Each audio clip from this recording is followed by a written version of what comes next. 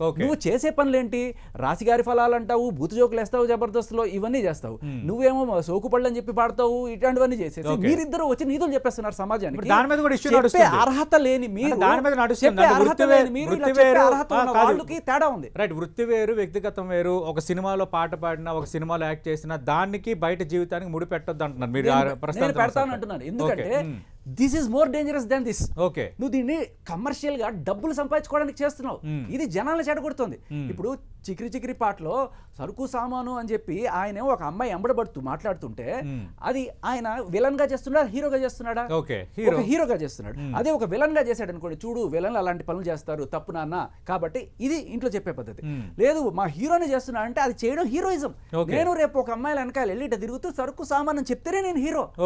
అది నువ్వు wrong message ఇస్తున్నావు.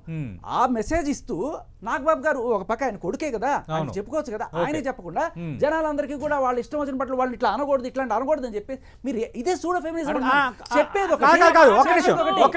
అంటే మహిళలు కృష్ణకుమార్ గారు సూడో లేదు, గీడో లేదు, అసలు ఫెమినిజం కాదది. ఓకే, ఫెమినిజమే కానప్పుడు ఆవిడకి అభ్యంతరం లేకుండా డ్యూయల్ స్టాండర్డ్స్ అని మాట్లాడదాం. మాట్లాడండి. అక్కడ